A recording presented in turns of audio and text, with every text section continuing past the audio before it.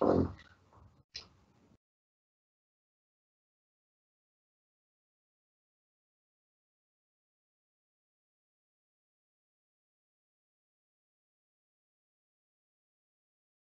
à tous, bonjour à toutes. Bienvenue sur ce webinaire 10 assises pour optimiser votre candidature étudiante, organisé par Ionis STM, notre école, avec Maxime.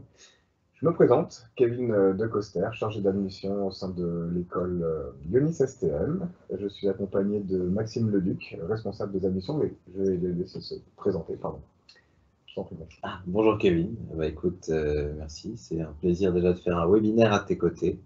En effet, donc oui, je suis le responsable du service admission. On a décidé de faire ce webinaire pour vous aider sur les candidatures étudiantes, parce que c'est un peu la période finalement.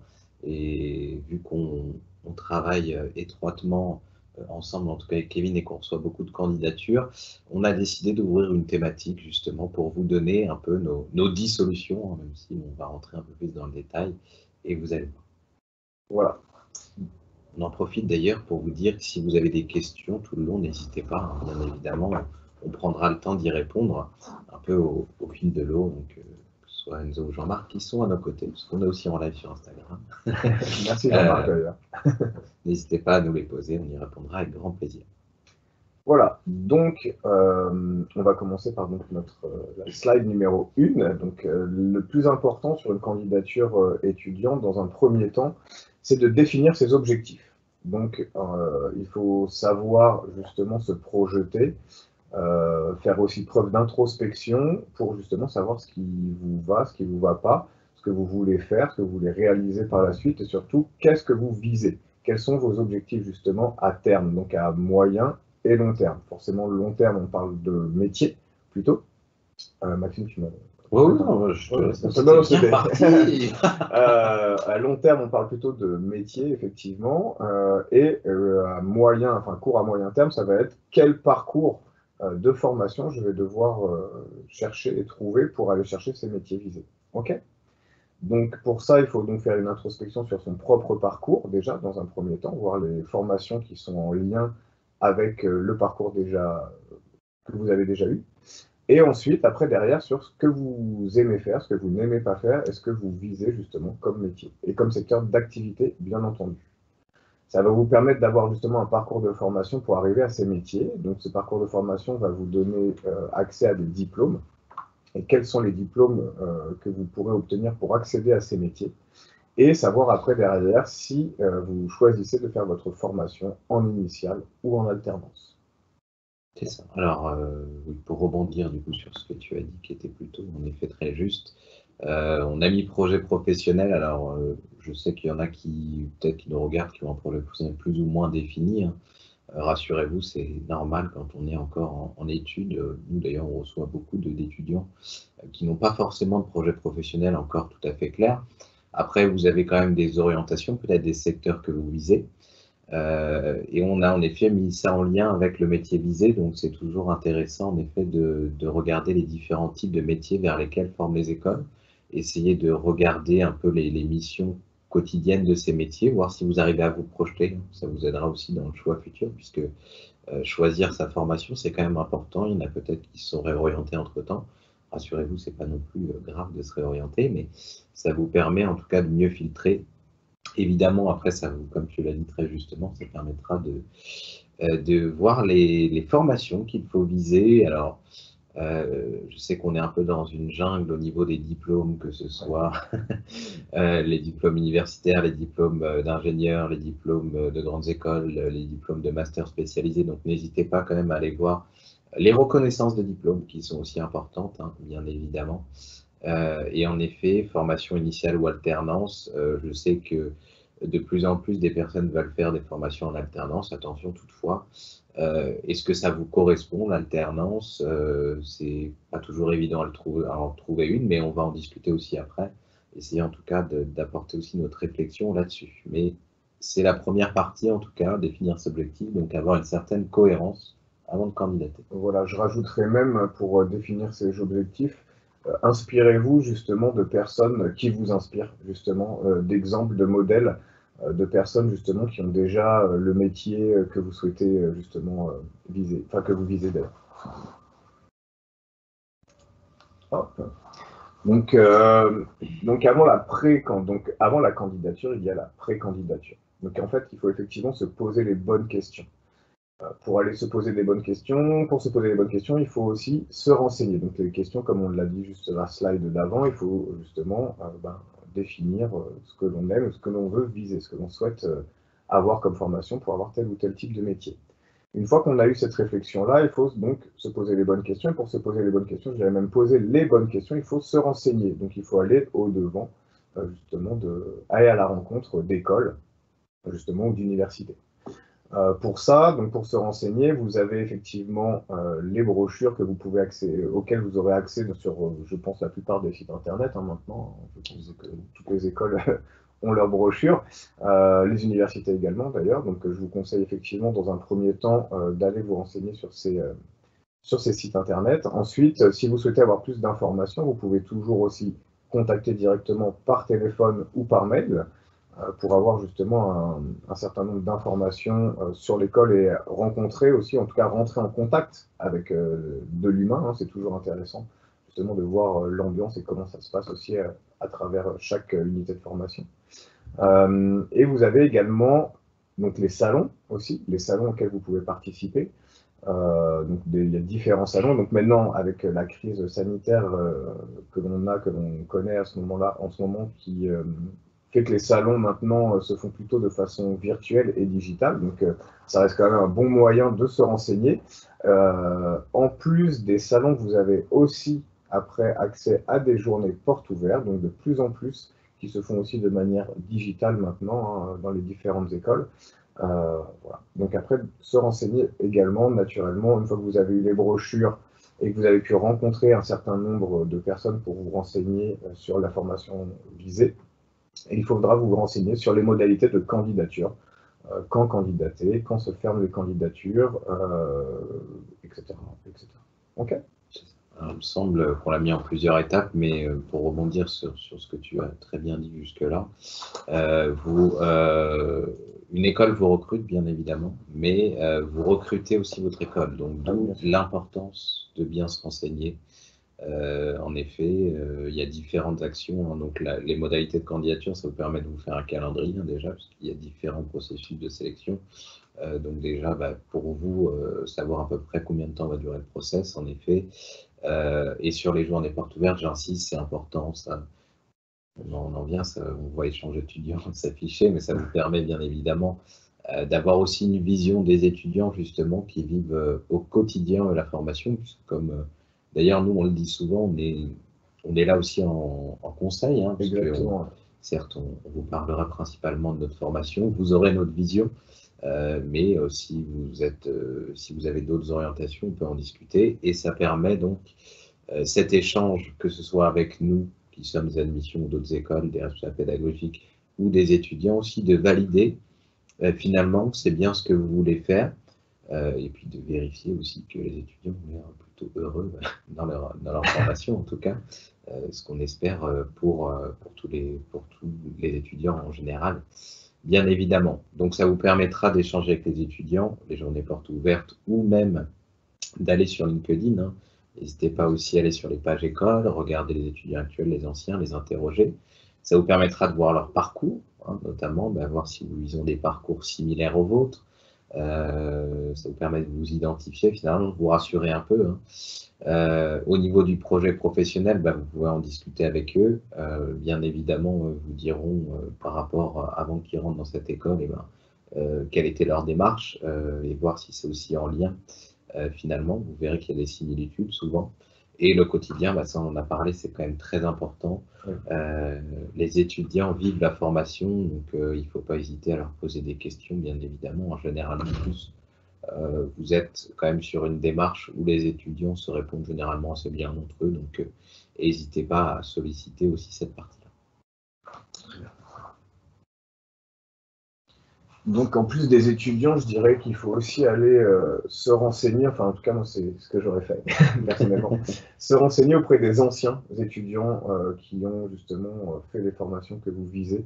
Donc, pareil, comme Maxime le disait très bien, aller sur LinkedIn, poser des questions justement sur le parcours, sur les métiers, donc sur le parcours, forcément, quel a été le diplôme obtenu, quelle école, pour quel type de métier, dans quel type de secteur. Okay, ensuite, en termes de métier, renseignez-vous bien aussi sur les métiers que vous avez choisis, que vous avez sélectionnés. Pourquoi? Parce que le quotidien n'est pas toujours ce que l'on fantasme ou ce que l'on a envie de faire. Des fois, il y a certains métiers où on peut être un peu surpris. Donc, renseignez-vous bien, posez les bonnes questions justement à ces anciens qui sont déjà en poste pour connaître effectivement leur mission principale, ce qu'ils ont à faire, les compétences à acquérir justement pour évoluer dans leur métier. Okay, et bien entendu, donc on parlait d'évolution, et ben on parle aussi d'évolution de carrière, parce qu'effectivement, il y a des métiers visés. Mais après, derrière, ce n'est qu'un premier pas, hein, la sortie d'études et le métier. Et après, bah, qu'est-ce qu'il est possible de faire avec mon diplôme, avec ce premier emploi? Qu'est-ce que je peux aller chercher derrière? Okay, et ça, les anciens étudiants seront parfaits pour répondre justement à toutes ces questions. Okay, donc, contactez-les sur LinkedIn ou justement participer à des journées portes ouvertes ou des webinaires. Parce que régulièrement, on fait appel, en tout cas nous dans notre école, à nos anciens, parce que la notion de réseau est extrêmement importante, hein, que ce soit pour de la recherche de stage, pour de la recherche d'alternance, pour de la cooptation aussi par la suite. Et puis ça prouve aussi que si l'école est sérieuse, enfin au final, parce que si les anciens répondent favorablement aux demandes de l'école, c'est qu'ils ont été aussi satisfaits par la formation donnée et donc ils n'hésitent pas à revenir justement participer à des événements avec nous. D'ailleurs, je dirais que c'est plutôt agréable et je les en remercie à travers ces webinaires. J'en profite. J'ai fini. La partie dossier de candidature. La partie formelle administrative du dossier de candidature. Bon, alors là, on va aborder la partie dossier de candidature pour les écoles, bien évidemment, qui font ce procédé. Alors, on n'a pas été original, on a mis notre dossier de candidature à titre d'exemple, hein, mais ça vous donne au moins un ordre d'idée, en tout cas, si vous voulez postuler chez nous, de comment on attend que vous le remplissiez. Bon, la première partie, je pense que sur vos informations personnelles, normalement, vous devriez être plus doué que nous. En tout cas, autonome. Voilà, bon, après, vous voyez que nous, dans notre procédure de candidature, on vous demande toujours un peu le vision, si vous voulez faire plutôt une formation initiale ou en alternance, bien évidemment, déjà pour commencer un peu à vous positionner et voir dans les entretiens. On en parlera après des entretiens, mais ça permet de voir quand vous mettez alternance, par exemple, eh ben, est-ce que vous avez déjà commencé à regarder? Est-ce que vous savez les différents types de contrats? On en parlera aussi après. Est-ce que vous avez déjà commencé à rechercher? C'est bien de mettre alternance, mais il ne faut pas toujours attendre que l'alternance tombe pour commencer à chercher. Ouais, je voulais juste rajouter quelque chose par rapport à l'alternance. Ça, c'est des choses aussi après derrière enfin, même par rapport à votre dossier de candidature, il y a des choses qui sont en général qui vont être un petit peu, je dirais pas évolutives, mais il ne faut pas s'arrêter des fois parce qu'on a souvent la question, mais qu'est-ce que je dois mettre, initial ou alternance? Si vous souhaitez rentrer en alternance, vous mettez alternance. Si vous mettez initial, mais que vous trouverez une alternance, on ne va pas vous bloquer. Okay, c'est des choses qu'il ne faut pas trop se prendre la tête. En fait, il faut juste le remplir de façon la plus cohérente possible, tout simplement. Excusez-moi, merci. Très bien expliqué. Après, du coup, vos formations, donc bien évidemment vos dernières formations et expérience professionnelle significative. Donc, c'est pas forcément la dernière hein, pour ceux qui ont plus d'expérience professionnelle, mais essayez déjà ça nous montre dans votre CV, selon vous, quelle est l'expérience professionnelle qui vous valorisez le plus. Okay, donc ça aussi, ça nous permet aussi pour nous de voir ce que vous considérez comme votre plus je vais dire belle expérience professionnelle, on peut trouver peut-être un synonyme. Ouais, non, mais plus significative. Mais je crois que je l'avais déjà dit, je ne voulais pas faire de Écoute. Mais oui, on va s'en tenir à significative. C'est ça, celle qui a le plus d'importance à vos yeux et celle qui vous a le plus professionnalisé, en fait, tout simplement. On se doute bien qu'en tant qu'étudiant, vous n'avez pas eu encore des métiers ou des boulots qui débouchent après sur, entre guillemets, enfin, on sait très bien que c'est plutôt des métiers alimentaires, généralement, en tant qu'étudiant. Donc, là-dessus aussi, vous ne formalisez pas, on est très au courant. L'important pour nous, c'est de savoir si vous avez déjà eu un pied, justement, dans le monde de l'entreprise. Parce que nous, en tant qu'école, justement, notre gros créneau, c'est la professionnalisation et l'insertion professionnelle. Donc, on veut savoir, justement, à quel niveau vous êtes par rapport à ça, tout simplement. OK ? Exactement. Pour la partie, donc la deuxième partie, chez nous, on a une partie motivation, donc on revient sur l'histoire du projet professionnel. Alors, si vous n'arrivez pas à lire, pouvez-vous nous décrire en quelques mots votre projet professionnel? Alors là, encore une fois, je rebondis sur ceux pour qui le projet professionnel n'est pas encore bien défini. Il ne faut pas hésiter à le mettre ici. Bien évidemment, on ne va pas vous sanctionner par rapport à ça, mais par contre, montrer que vous avez quelques pistes de réflexion, que ce secteur vous intéresse, hein, parce que nous, Unisystem, par exemple, on forme des étudiants à la gestion de projet, notamment sur des profils issus de biologie, d'énergie, d'informatique, et aussi on forme des personnes plus issues sur des cursus sciences humaines, net et sociales, ressources humaines, école de commerce, droit, histoire, philosophie, sur plutôt la partie digitale. Donc, ça vous permet aussi là de voir aussi pourquoi ces secteurs vous intéressent, d'avoir cette compréhension.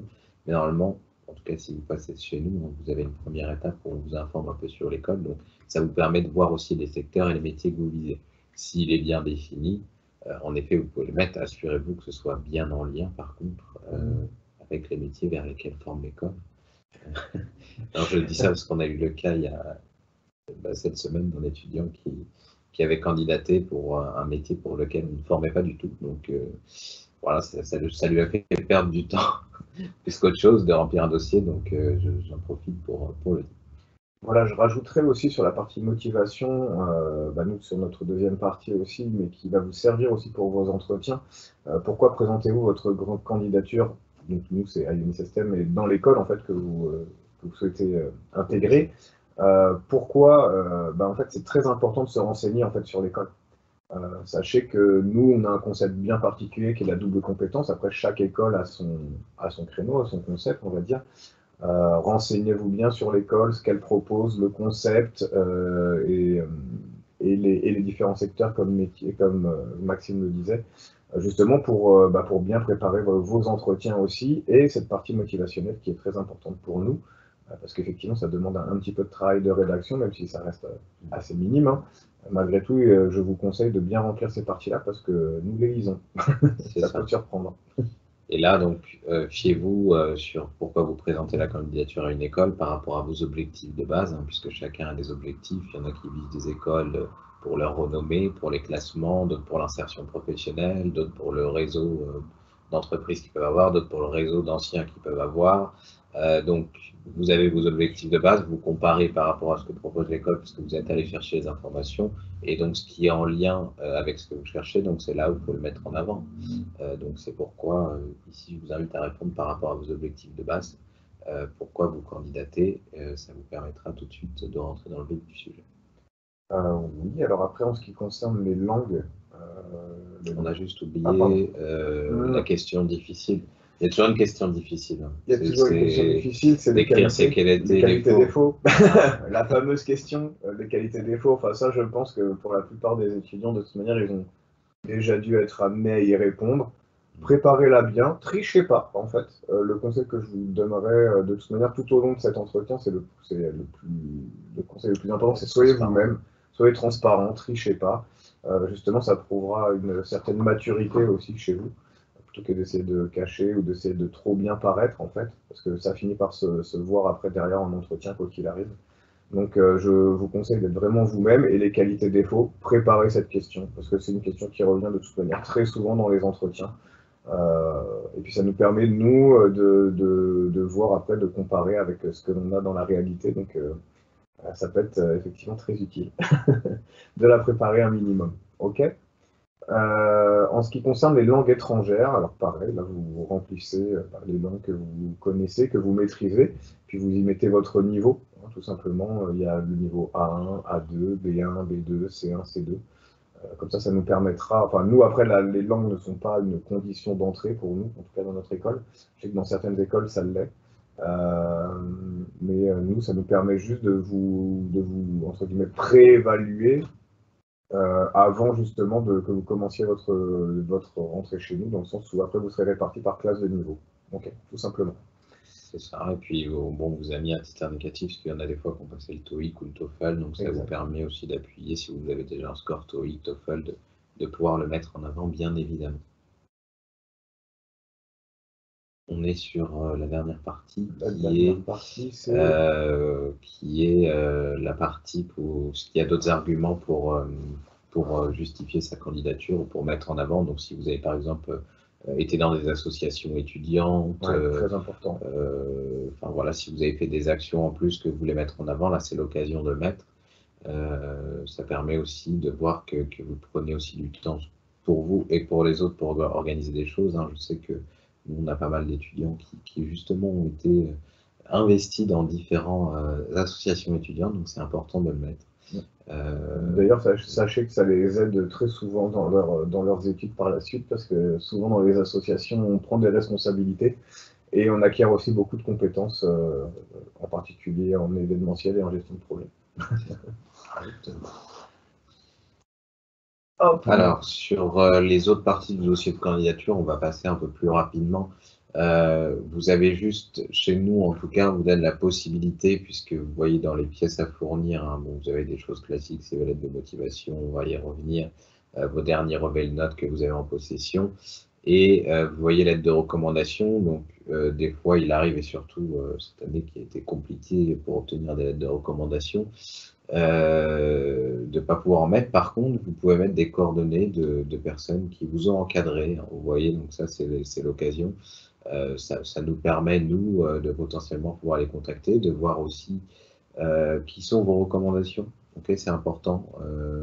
Vous avez, alors attention, ça peut être parce qu'il y en a qui vont dire qu'ils n'ont pas forcément d'expérience professionnelle avant, mais ça peut être de professeurs que vous avez eu, bien évidemment, ou également de professionnels, en effet, qui vous ont encadré ou que vous avez côtoyé dans votre secteur. D'ailleurs, par rapport aussi aux pièces demandées, parce que là, on parle des références, mais après, derrière, on va vous demander de constituer votre dossier avec différentes pièces demandées. Souvent, juste je fais un petit aparté rapide avant de démarrer sur le descriptif des pièces, mais souvent, quand on va vous demander certaines pièces comme le dernier diplôme obtenu ou le dernier relevé de notes, on sait très bien que vous êtes encore en études en pleine année pour la plupart d'entre vous, en plein cursus en fait, tout simplement. Donc mettez-nous effectivement vos derniers diplômes et derniers relevés de notes. Nous, après, derrière, on rajoutera par la suite à votre dossier justement ces différents documents que vous obtiendrez justement au fur et à mesure de votre année, surtout en fin d'année, avec votre d'attestation de réussite, etc. Ok. Donc en plus de pour constituer un CV, un dossier de candidature, pardon, il vous faudra donc remplir le dossier de candidature, bien entendu, nous envoyer votre CV, lettre de motivation, dernier bulletin et dernier relevé de notes. Donc comme je vous l'ai expliqué, ça c'est des choses qu'on pourra rajouter par la suite à votre dossier, mais donnez-nous ce que vous avez lu en dernier, un maximum d'informations, comme d'habitude pour être le plus transparent possible, et lettre de recommandation, comme le disait Maxime juste avant. C'est des choses aussi qu'on pourra rajouter par la suite à votre dossier. Ok. Et bon, pour la dernière partie sur comment avez-vous connu l'école, donc bien évidemment ça nous sert nous, mais ça vous permet vous aussi de montrer que vous avez fait plusieurs actions, vous êtes allé vous renseigner, montrer que voilà, vous n'êtes pas juste fait par exemple juste une demande de documentation, même si attention, il y en a qui ont des projets qui rentrent tout de suite dedans, mais si vous avez fait des journées portes ouvertes, n'hésitez pas à le mettre. Voilà, ça va étayer votre motivation encore plus sur cette partie qui, pour le coup, est souvent assez négligée, mais qui reste un point importante. Exactement. Une question, Enzo. Oui, il y a une question. Alors, concernant les pièces demandées, notamment les bulletins de notes pour les étudiants en thèse, comment cela se déroule? Alors, si vous êtes en thèse, en fait, vous allez bien évidemment nous fournir vos relevés de notes plutôt de M2, sachant qu'on a des étudiants en thèse qui postulent. Après, bien évidemment, vous avez deux solutions. Soit finir votre thèse et donc avoir votre diplôme de PhD et postuler par la suite, soit il y en a qui postulent, qui mettent leur thèse un peu de côté, qui font la formation et qui finissent leur thèse. Les deux sont possibles. En tout cas, nous concernant, puisqu'on parle là des cursus intensifs chez nous pour les docteurs, vous avez de toute façon un bilan de compétences qui est là pour vérifier qu'au niveau technique, par rapport à votre parcours, vous avez le socle nécessaire pour entrer dans cette formation. Le CV. Le CV, c'est ta partie préférée, ça. Alors le CV, effectivement, le CV, j'aime beaucoup.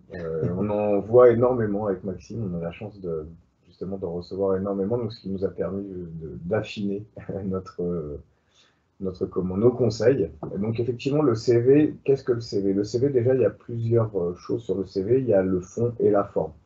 Il faut savoir dans un premier temps que les recruteurs, en général, reçoivent énormément de candidatures, énormément de CV. Donc, dans un premier temps, je conseille aux candidats, justement, de vous arrêter sur la forme. Il faut qu'un CV, ça soit agréable à lire. Okay, il faut qu'on puisse pouvoir trouver les informations très facilement, que ce soit vos contacts, vos formations, les compétences acquises. Il faut que ça soit extrêmement facile à lire, extrêmement lisible et plutôt agréable d'ailleurs. Okay, donc après, en fonction du secteur que vous choisirez, si vous êtes plutôt en marketing, communication par exemple, je dirais que la forme a encore plus d'importance dans le sens où ça fait partie de vos compétences normalement, justement de mettre en forme les choses et pour les vendre. Ok.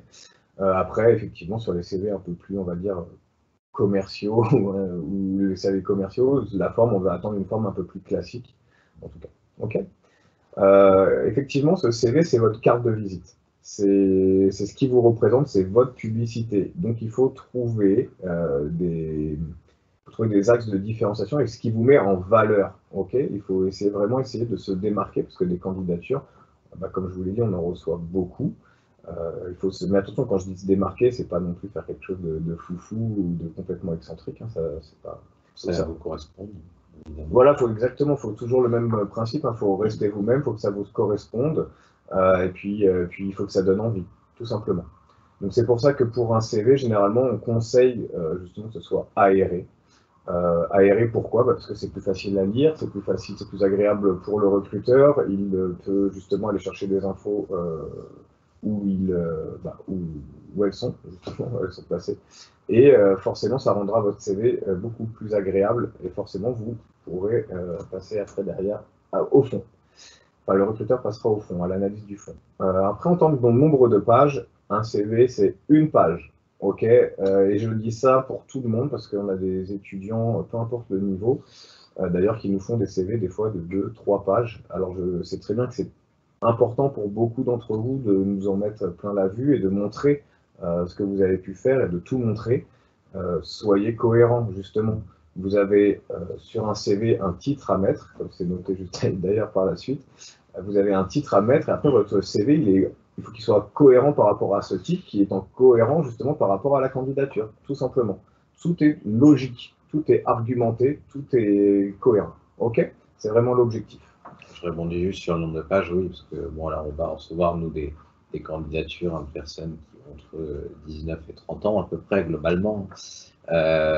Et donc, si vous êtes déjà sur 2 ou 3 pages, moi, je vous dis toujours, dites-vous, si vous postulez quand vous aurez 50 ans à des choses, il va faire combien de pages votre CV? Ça va être un roman à la fin. Parce que normalement, vous êtes au début de votre carrière, de vos formations. Donc, en effet, on attend que vous soyez sur une page. En tout cas, sauf exception, mais c'est très rare. En tout cas, il faut rester dans un cadre, bien évidemment, assez important. Et la forme, je pense à notamment tous ceux qui vont postuler derrière pour des formations d'alternance, c'est quand même un premier axe pour nous, de nous permettre de voir si vous allez en effet pouvoir trouver rapidement une alternance, ou ça peut être plus compliqué. C'est un peu plus long, en tout cas. En termes d'expérience professionnelle, la liste est là, de façon chronologique. Chaque expérience professionnelle, vous mettez bien la date, enfin, on va dire pas forcément la date, mais en tout cas l'année, la durée, le titre de poste, l'entreprise dans laquelle vous avez effectué justement cette expérience professionnelle. Et après, on va demander 3-4 tirets par expérience, 5 tirets grand max. Ok, il faut que vous ressortiez les missions. Ces tirets-là correspondent à des missions, excusez-moi. Mais voilà, en fait, votre expérience professionnelle, vous la résumez en 4 ou 5 tirets grand maximum pour justement nous ressortir les missions principales que vous avez eu à gérer. Je rajouterai même que si vous pouvez les chiffrer, en tout cas pour tous ceux qui veulent aller plutôt dans un côté commercial, ça vous aidera, et encore même pour les autres, ça permet de rendre compte justement que vous êtes capable d'analyser, de reporter certains chiffres, et c'est très important. C'est ça, puis montrer votre valeur ajoutée. Alors c'est facile à dire, mais vous verrez que dans votre quotidien, peut-être que vous êtes intervenu, vous avez simplifié des process dans une entreprise, donc vous avez fait gagner du temps, ça c'est important, le temps en entreprise. En effet, pour ceux qui ont un parcours commercial, il ne faut pas hésiter à chiffrer le nombre de coups de téléphone que vous pouvez passer, la prospection, le chiffre d'affaires généré, le nombre de rendez-vous. Enfin voilà, il y a plein d'axes à valoriser en tout cas. Donc vous avez tous plus ou moins une valeur ajoutée sur des expériences. Donc ça, c'est important de le préciser. On a juste oublié de dire, on est passé rapidement, mais il faut un titre au CV. Ouais, j'en ai parlé. Ouais, je dis que fallait que tout soit cohérent par rapport au titre de ça, candidature, mais le CV aussi. Bien évidemment, si vous candidatez pour une école, c'est que vous candidatez, par exemple, chez nous, sur le Master of Science première année biotechnologie management. Si vous candidatez pour une entreprise, c'est le type de contrat que vous cherchez, le type de poste et vos disponibilités. Voilà, exactement. Exactement. Effectivement, tu as eu raison de rajouter ces précisions. En termes de formation, listez aussi vos formations, les différents diplômes obtenus, bien entendu, dans les différents organismes de formation que vous avez pu intégrer. Ensuite, après, en termes de formation, et là d'ailleurs, ça se complète avec les compétences et soft skills.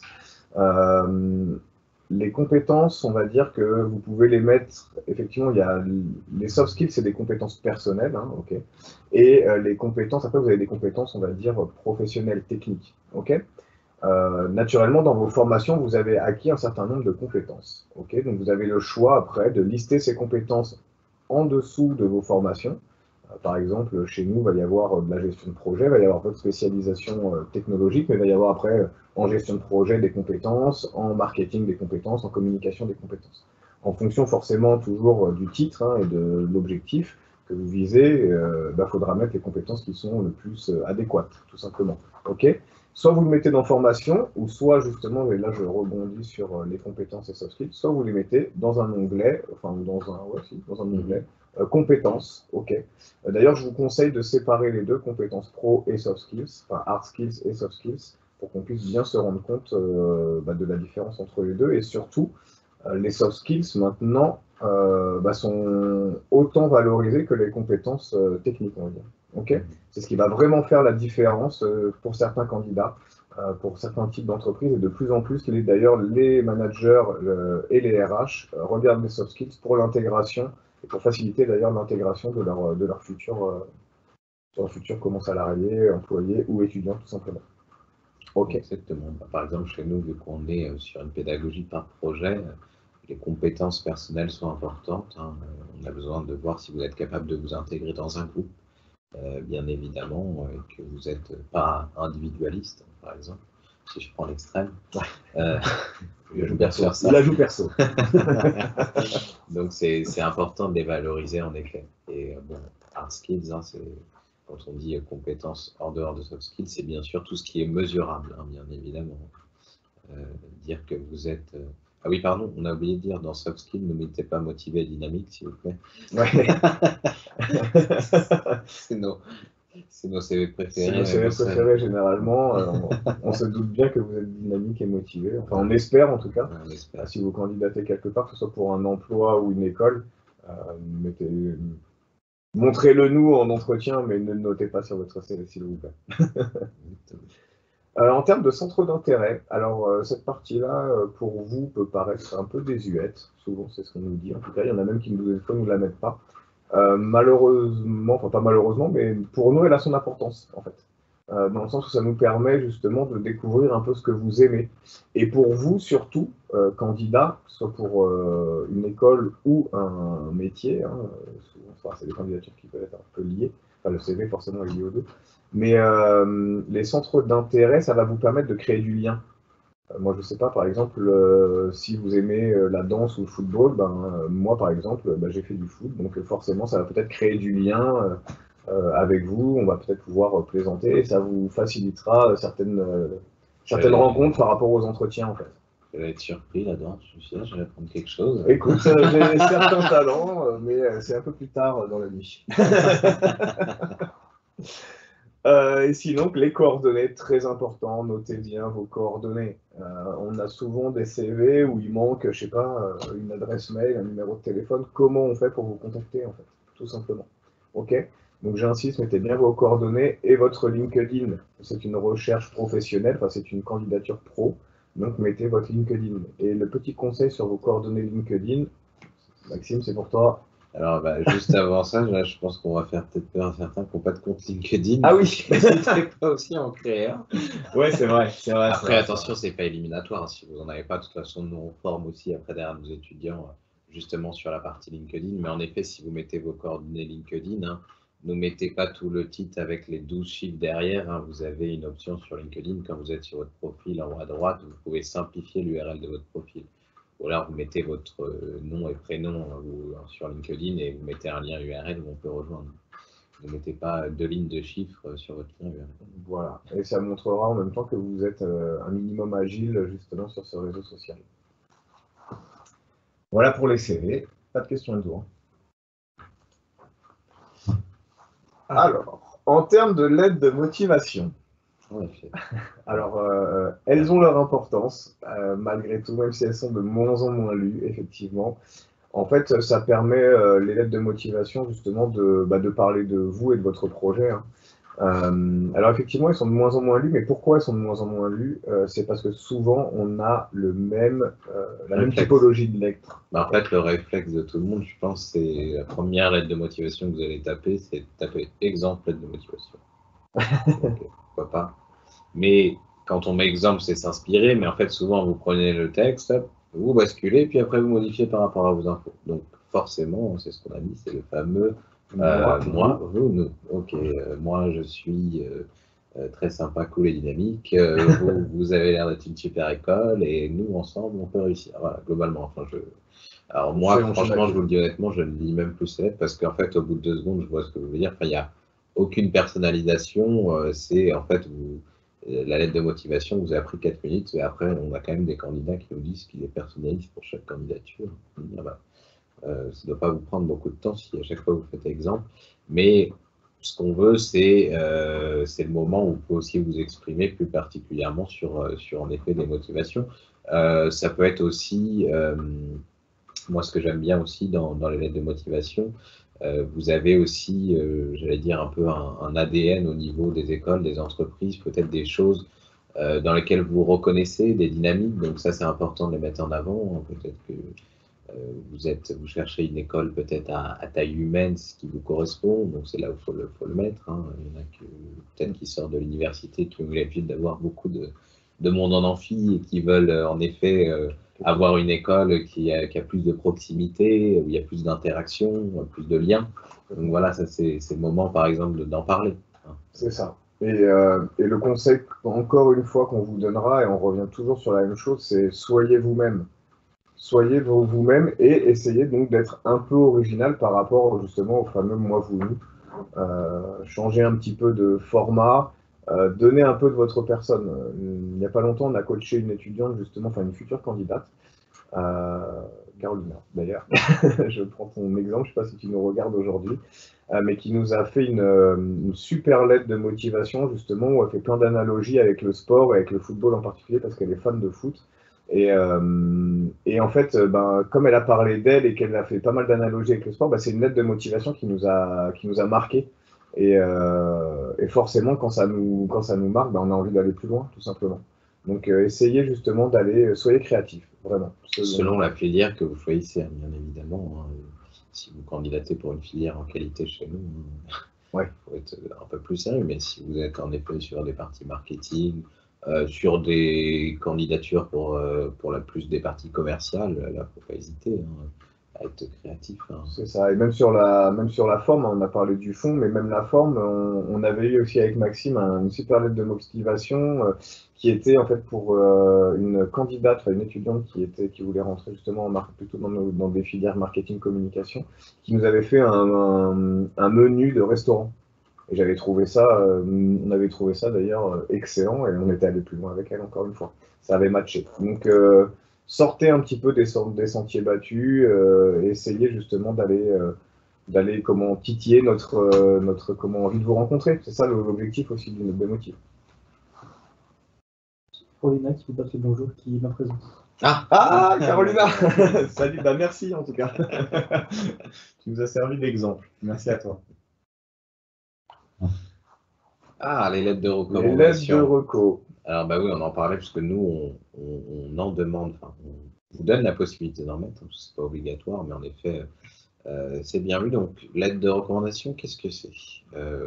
Bon, rapide définition, je pense que normalement, il n'y a pas trop de problème de vocabulaire, mais tu veux dire que Non, vas-y, je t'en te prie. sentais. Non, je te sentais, je te regarde avec attention, je bois tes paroles, Maxime.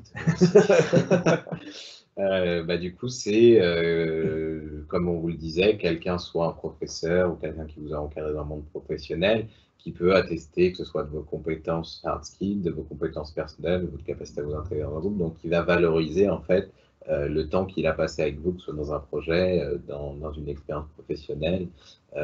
Souvent, ça peut être aussi des managers, donc montrer que c'était un plaisir pour eux de travailler avec vous parce que vous avez telle et telle qualité. Donc ça, c'est important. Je crois que ça répond aussi dans quelle situation. Ouais, c'est ça. Et quel contenu, je vais pas le voir. T'as fait les trois, une lettre de reco. Non, mais en fait, voilà, Maxime a résumé, c'est montrer, d'ailleurs, il a aussi parlé du but, c'est vraiment montrer votre efficacité en entreprise.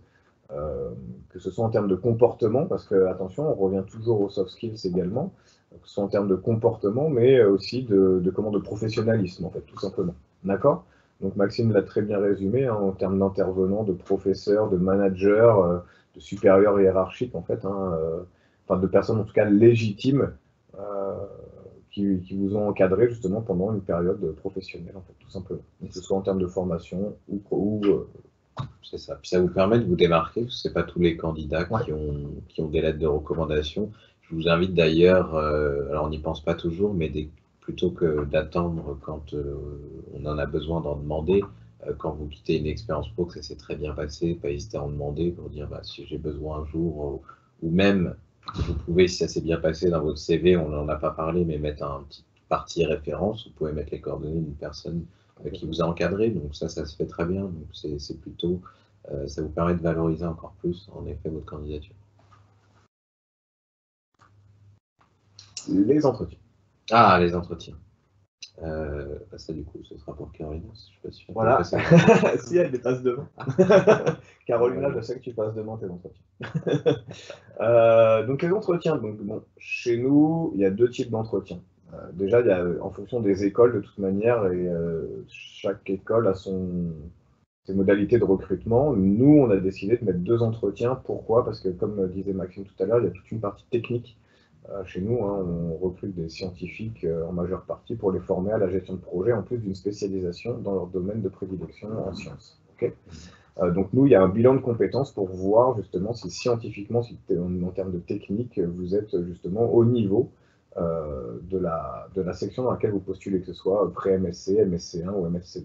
Okay, une fois que ce bilan de compétences est passé, donc ce bilan de compétences, il y a une partie technique, une partie gestion de projet, une partie vie d'entreprise. Donc, comme on a l'habitude de dire, la vie d'entreprise et la gestion de projet, c'est à nous de vous l'enseigner, mais la partie technique, il faut que vous arriviez, donc, en tout cas dans notre école, en étant béton. Et ensuite, vous enchaînez avec un entretien de motivation, d'orientation. Alors ça, c'est dans la plupart du temps, il me semble. Qui va justement montrer votre capacité à travailler en équipe et surtout pour voir la cohérence aussi de votre projet professionnel, savoir si on peut vraiment faire quelque chose pour vous sur justement ces formations, ce diplôme, et est-ce que effectivement ça vous amènera à votre objectif final, tout simplement. Ok. Donc on revient toujours à la même chose sur les entretiens, pareil que pour le CV, pareil que pour les soft skills, soyez vous-même. Ok, soyez transparent, trichez pas. Un entretien, c'est un échange. Maintenant, enfin, vous êtes des adultes. C'est ça. Mais d'ailleurs, on a mis facile à dire, parce qu'en effet, beaucoup de gens vous diront, soyez vous-même. D'ailleurs, même vous posez la question, mais ça veut dire quoi être soi-même finalement? C'est être comme vous êtes au quotidien avec. Alors, attention, on est dans quelque chose de professionnel, mais si vous êtes plutôt introverti, ça arrive. Voilà, vous n'allez pas d'un coup vous mettre à faire des gestes. Si vous êtes en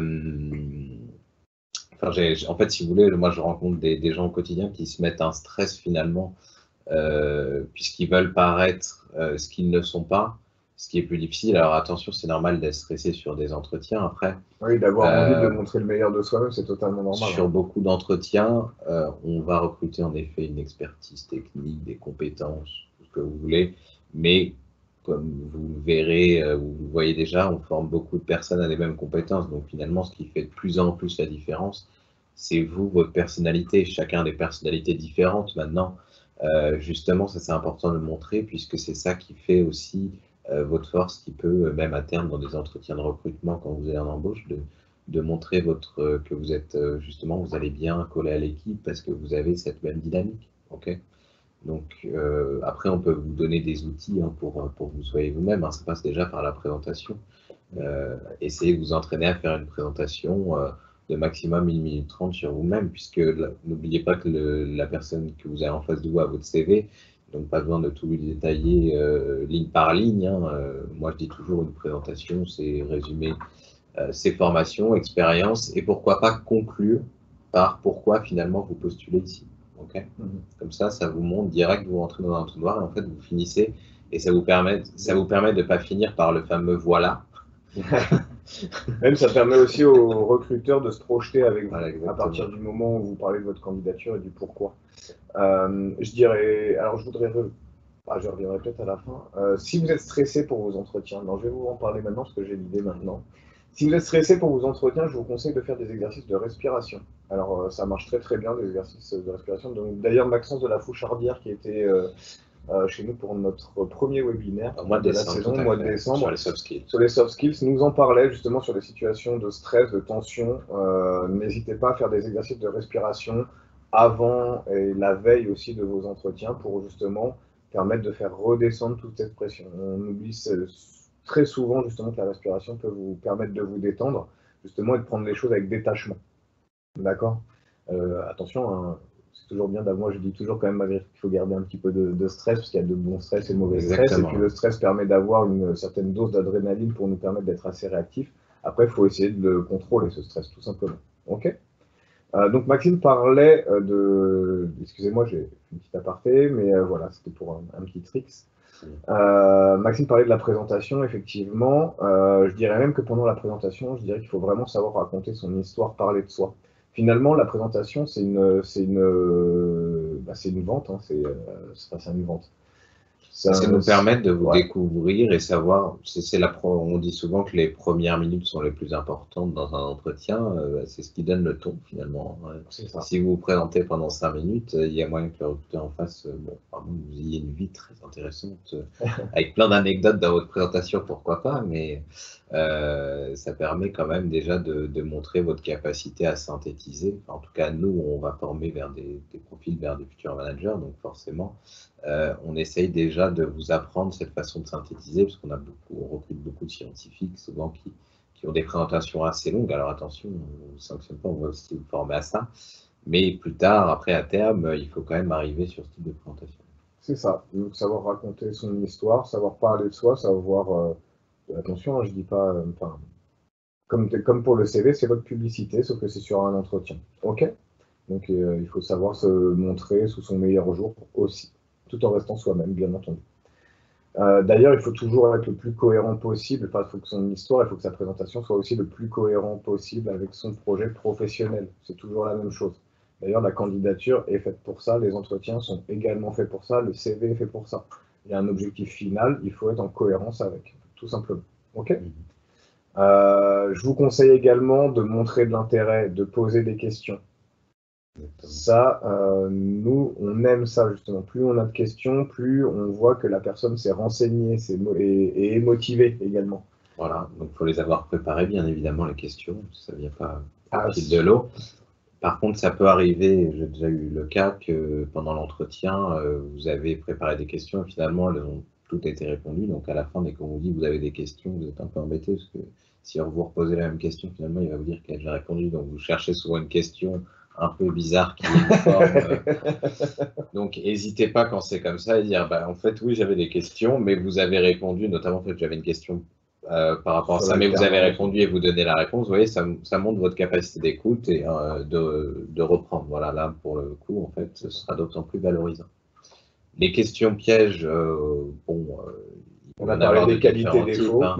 Les qualités-défauts, je ne sais pas si vous pouvez dire, souvent, c'est la timidité qui revient souvent. Ouais. Vous pouvez par exemple dire, oui, je peux être perçu comme quelqu'un de timide au début, c'est parce que moi, j'ai plus, quand j'arrive dans un groupe, j'aime voir un peu la dynamique, regarder un peu comment les gens se comportent pour mieux m'intégrer. Donc c'est vrai qu'au début, on peut me considérer un peu timide, mais justement, c'est pour mieux m'intégrer derrière. Vous voyez, on passe d'un défaut qui se transforme en qualité. OK? Et après, préparer une présentation en anglais au cas où, parce que ça, c'est quelque chose qui revient souvent. Et nous, ça nous permet surtout de vérifier une seule chose. C'est, entre guillemets, je dirais pas le mensonge, mais des fois, on nous dit que les gens nous mettent sur leur CV qu'ils parlent anglais. Et nous, quand on pose une question en anglais, dans ces cas-là, il va falloir être assez réactif, parce que sinon, on va se dire que cette personne-là n'est pas très sérieuse, en fait, ou fiable.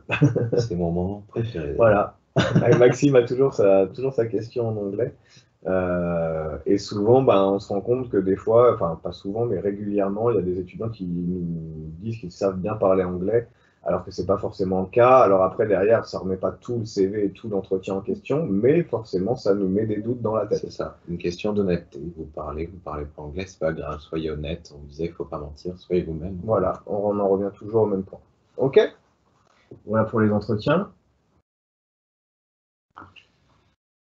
Ah, les questions à poser. Les questions à poser, ouais. On avait donné quelques petites justement informations pour vous appuyer, justement pour vous aider sur les types de questions pertinentes à poser justement en entretien. Oui. Donc les reconnaissances de diplôme, ça forcément c'est très important, mais même ça avant l'entretien. Oui, avant l'entretien, oui. Vous avez vérifié, évidemment. C'est ça. Sauf si, s'il y a doute, généralement, c'est un moment d'entretien, c'est que. Oui, c'est peut-être pas bon signe.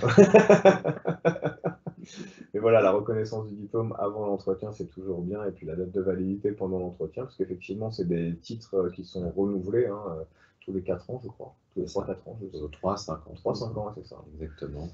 Le nombre d'élèves, parce que oui, forcément, surtout que là, on a pas mal de portes ouvertes en digital, donc c'est dur de se projeter pour visiter des locaux, donc n'hésitez pas à le faire, même si nous, on arrive à maintenir quelques journées portes ouvertes en présentiel. Mais ça vous permet en effet de voir si ça correspond, comme on disait, si vous voulez chercher une école à taille humaine ou une plus grosse structure.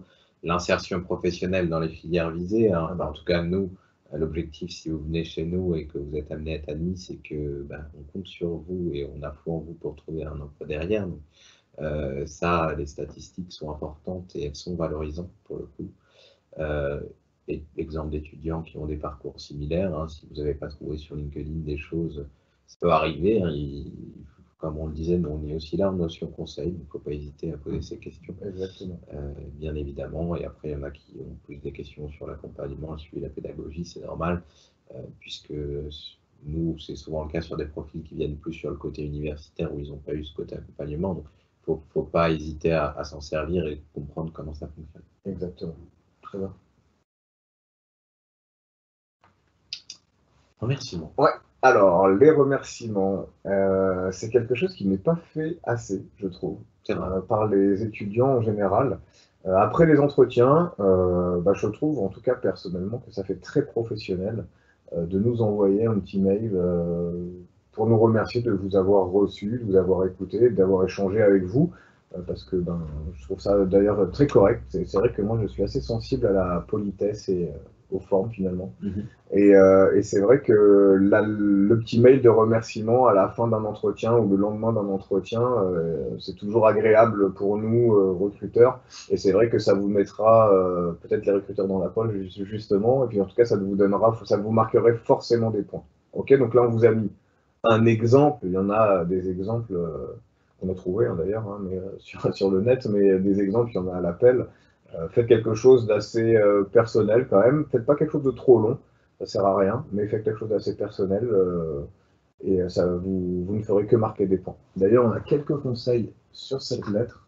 C'est très bien d'ailleurs, c'est même après un entretien d'embauche, c'est très bien de le faire, toujours, parce que les recruteurs prennent le temps de vous recevoir, donc en effet, de le remercier, faire peut-être remercier sur la qualité de l'échange, si vous voulez rebondir, ou si vous aviez une question par exemple auquel vous n'avez pas pensé, que vous y pensez, ça permet aussi de la glisser.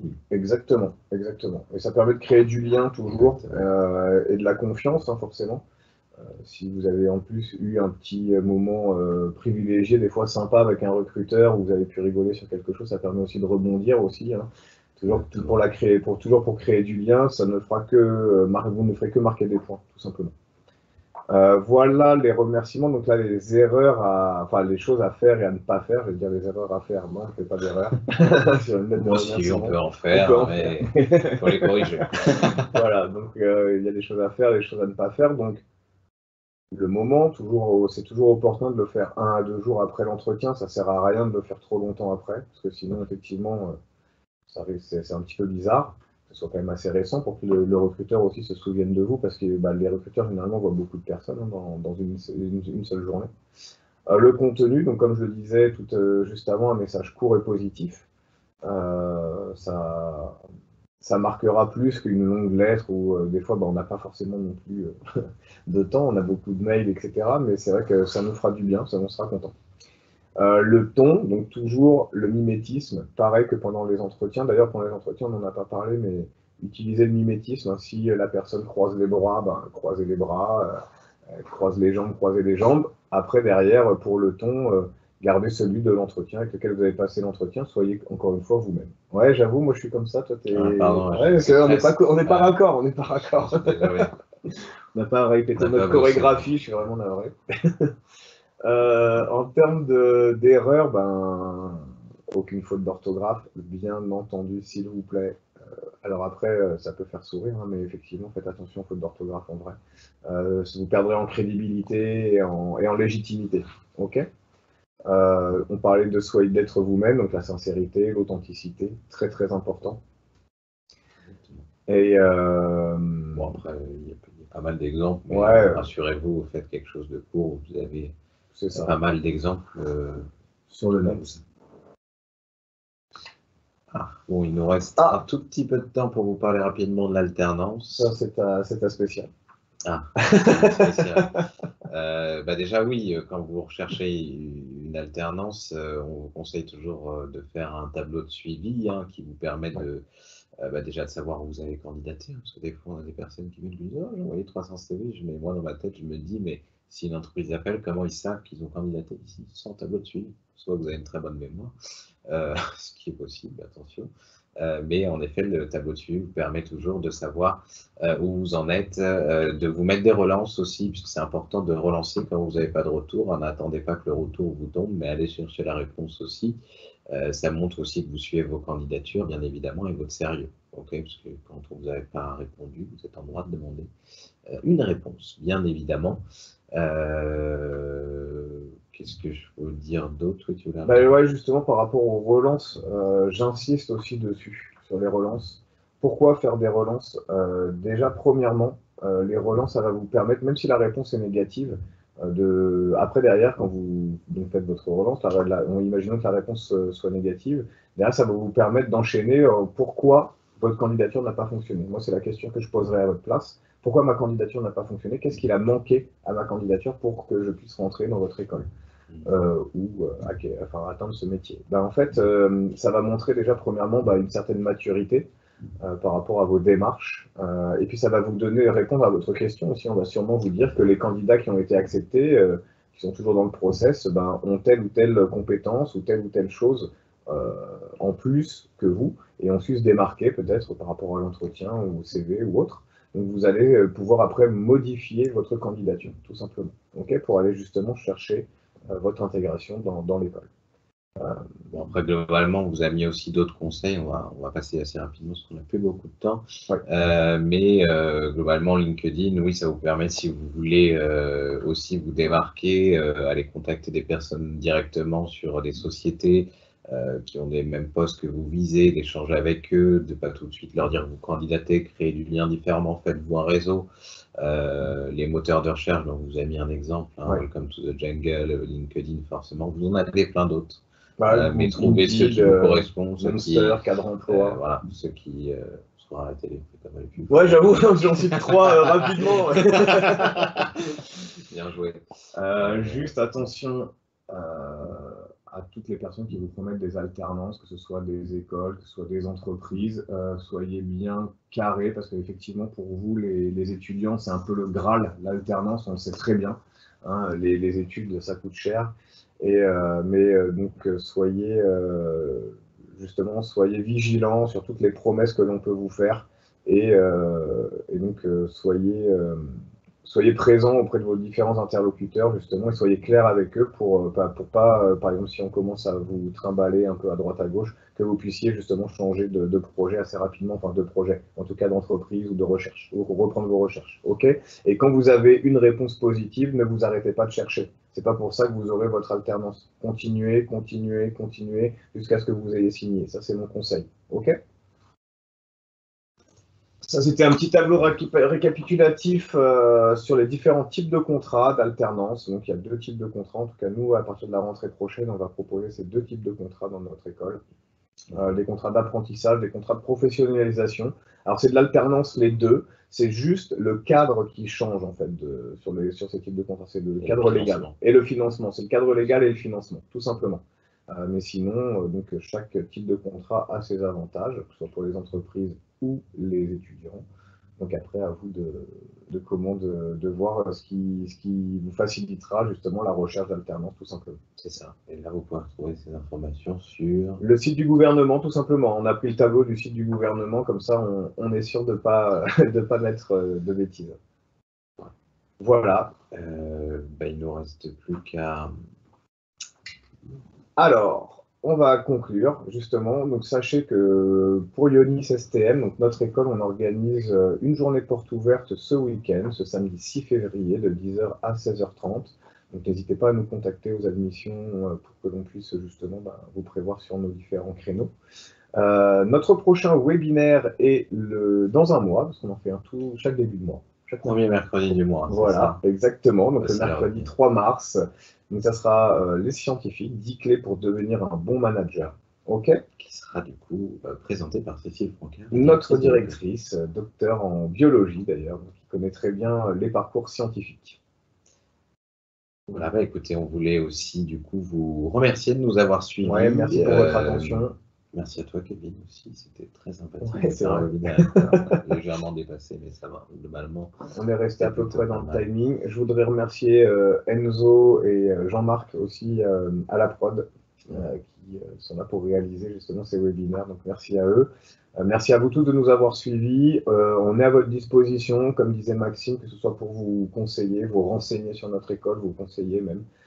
Nous, ça fait partie justement de choses qu'on aime. Donc, n'hésitez pas à nous contacter et puis à bientôt pour nos prochains événements. Pardon. Au revoir. Au revoir.